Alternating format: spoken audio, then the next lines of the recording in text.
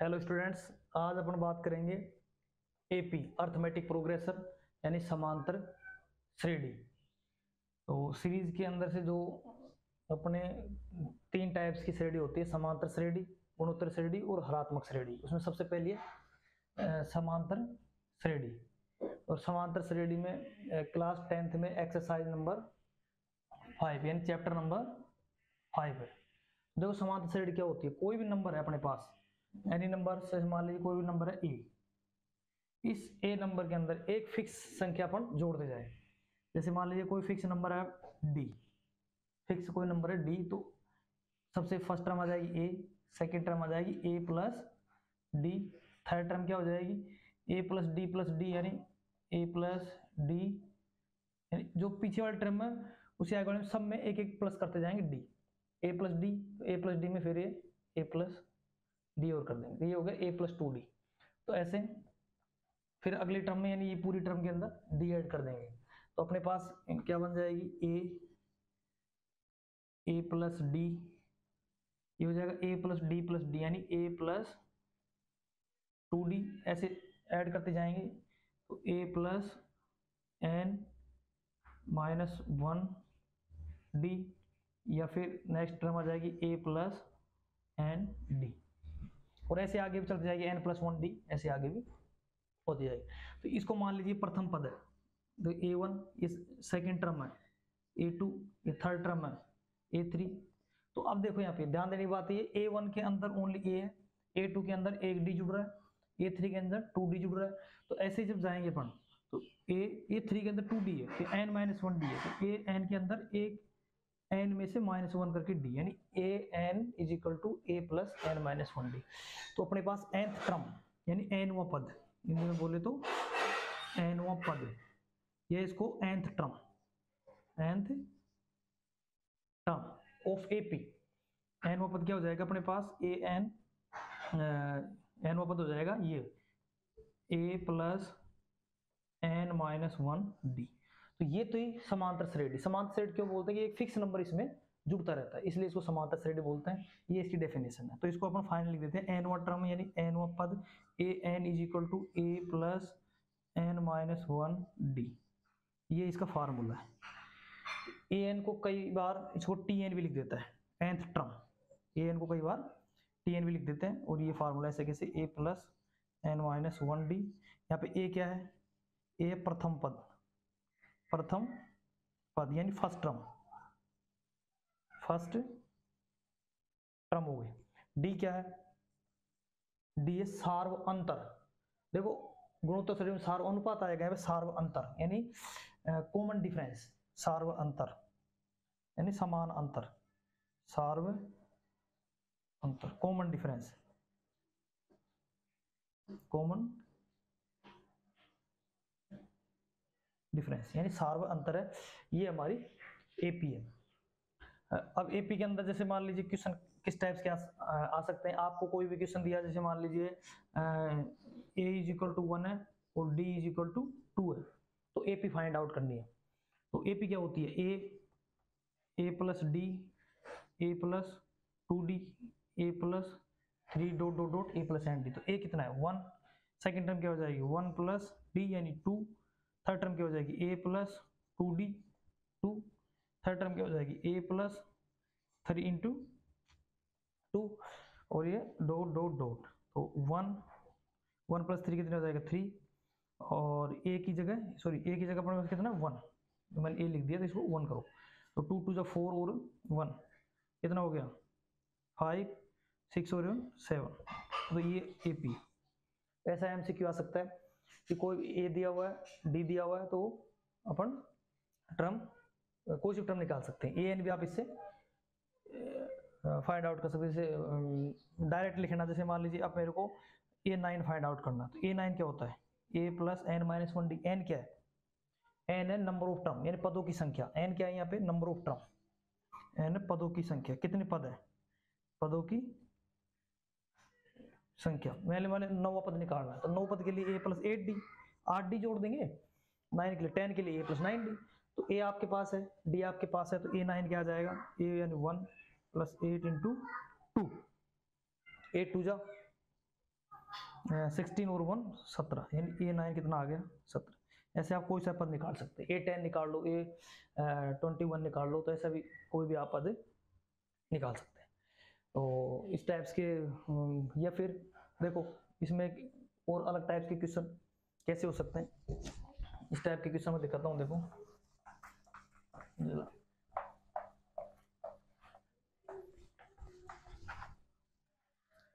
अलग टाइप्स के क्वेश्चन, जैसे मान लीजिए अपने पास कोई एपी दी हुई है 1 5 9 13 17, ये कोई एपी दी हुई है, वो पूछता है कि इसका डी फाइंड आउट करो। तो डी बराबर क्या होता है, डी बराबर होता है A2 माइनस A1, या फिर A3 माइनस A2, या फिर A4 माइनस A3, यानी एक आगे वाले टर्म में से पीछे वाले घटाओ। A2 में से A1, A3 में से A2, कुछ भी ले लो, कोई से दो टर्म ले लो उसके, जैसे अब ये लिया मैंने, तो यानी इस टर्म में से आगे वाले से, यानी इसमें से ये घटा दो, ऐसे ये इधर ले जाएगा माइनस, ये घटाना। जैसे A2 कौन सा ये है और A1 घटा दो, यानी आगे वाले टर्म में से पीछे वाले टर्म माइनस करनी, कोई सी भी ले लो। तो D अपने पास D is equal to 5 minus 1 कितना आ गया 4, अगर AP में है तो। या फिर D इज इक्वल टू कोई सी दो नंबर ले लो, ये दोनों ले लो, ये दोनों ले लो, 13 माइनस 9 कितना आ गया 4।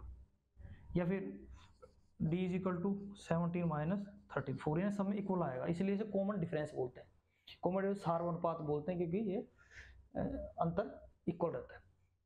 तो D अपन इसमें फाइंड कर सकते हैं। ए पूछता है तो ये क्या हो गया first term, A is equal to 1, D is equal to कितना आ गया 4। या कोई भी पद पूछता है, ये D है, सॉरी कोई भी टर्म इसमें पूछता है, जैसे मान लीजिए A10 निकालनी है, तो A10 is equal to A plus 9D, या n माइनस 1D करेंगे, तो ऐसे भी आप करो तो वही टर्म आएगी, जैसे A plus n minus 1, n कितना है यहाँ पे 10, 10 माइनस 1D, तो A प्लस 9D आएगा, इसलिए 9D में डायरेक्ट लिख सकते हो, उससे आप ये क्वेश्चन कर सकते हो। इस टाइप्स के क्वेश्चन आपके एक्सरसाइज 5.1 में कुछ क्वेश्चन देखो, बाकी क्वेश्चन आप घर पे भी कर सकते हो, वैसे मैं सारे क्वेश्चन करवा दूंगा।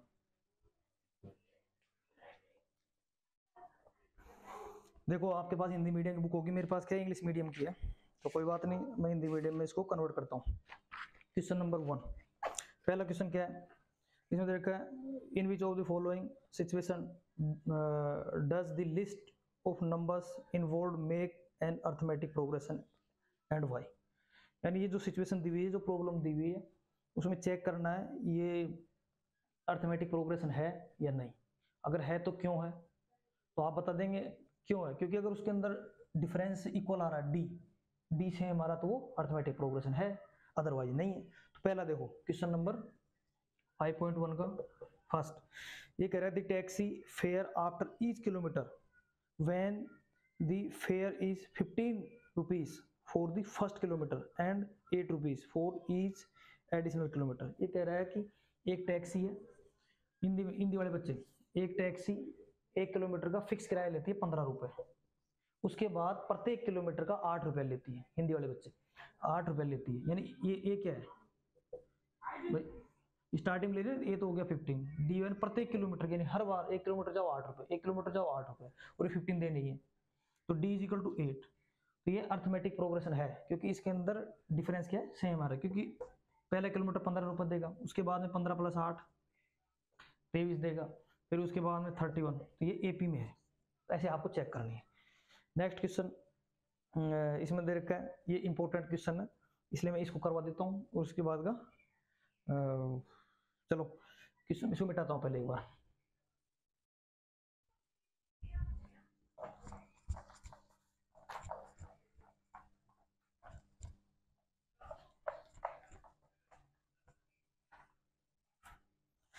इसमें क्या रहेगा, देखो the amount of air pressure, the amount of air pressure in a cylinder when A vacuum pump, फिर क्या रहेगा remove 1/4 of the air remaining in the cylinder eight A time.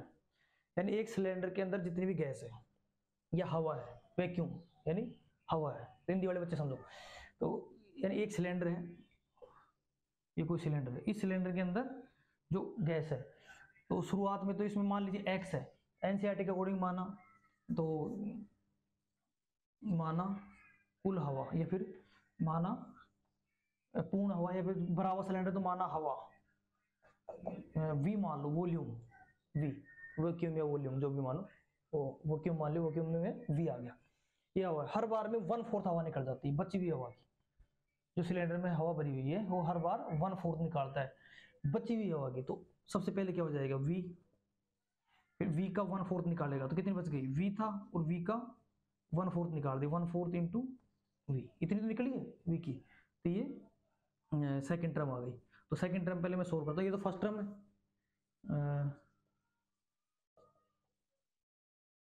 प्रथम पद हिंदी में बोलते हैं प्रथम पद वी है। सेकंड टर्म क्या हो जाएगी, ये हो जाएगी, वी में से 1/4 निकाल दी तो v minus v upon 4, LCM लेके सोल्व करेंगे, 1 मान लेंगे, थोड़ा नीचे लिखता हूँ, 1 मान लेंगे तो ये आ जाएगा 4v माइनस 4 से 4 1 टाइम्स v, यानी 3v अपॉन 4। ठीक है, अब बची हुई हवा का 1/4 फिर निकल गया, सेकंड टर्म आ गई। तो थर्ड टर्म क्या हो जाएगी मेरे पास, यानी ये है, तो 3v अपॉन 4 है, ये तो है, इसमें से फिर निकालेगा कितनी, बची हुई हवा कितनी है, इस ये 3v अपॉन 4, इसका 1/4 निकाल रहा है, माइनस कर रहा है। तो इस तरह का क्वेश्चन आप एक बार, दो बार, तीन बार देखेंगे, इजीली समझ में आएगा। तो 3v अपॉन 4 माइनस 3v और ये 8, 3v अपॉन 8, वो एलसीएम लेके 8, इसका एलसीएम 4 से डिवाइड करें 2, 2 से 3 6v minus 8 1 3v is equal to कितना हो गया, प्लस का 3v अपॉन 8, 8 ही आएगा ना, बची हुई हवा का 1/4, 8, ठीक है। तो 3v अपॉन 8 हो गया, तो अपने पास आंसर आ गया v 3v upon 4 3v upon 8। तो ये आप आंसर चेक कर सकते हैं, इसका आंसर ठीक आ रहा है। या फिर 4 इंटू 2 है, तो एक बार आंसर चेक कर रहा हूँ मैं ना। तो देखो अपने पास थोड़ी सॉरी गड़बड़ हो गया, इसको इससे मल्टीपल करेंगे, 4 4 16, 4 4 जा 16, 16 आएगा यहाँ पे यार, ये थोड़ा गलत लिख दिया मैंने, सॉरी। तो ये आ जाएगा बेटा 16 16। अब देखो ये कितनी बार गया, 4, 4 बार, 4 को से करेंगे 12, 4 4 जा 16, और ये 4 3 जा 12v माइनस 16, तो 3v की 3v आ जाएगा। तो इसमें से 12 में से 3 घटाओ 9, 12 में से 3 गया तो 9v अपॉन 16, सॉरी ये थोड़ी गलती हो गई थी, मल्टीपल में ध्यान नहीं दिया मैंने, 1/2 के कॉन्टेस्ट में मल्टीपल कर लिया। तो अब अपने पास आ गया 9/16, इसको ऐसे भी लिख सकते हो, देखो 3/4 का होल स्क्वायर भी ऐसे लिख सकते हैं ना, तो 3/4 का होल स्क्वायर भी, तो ये क्या है, ये कि एपी है। तो ऐसे आपको इसका क्वेश्चन नंबर 1 का सेकंड और फोर्थ ये अगले वीडियो में बताएंगे। Thank you.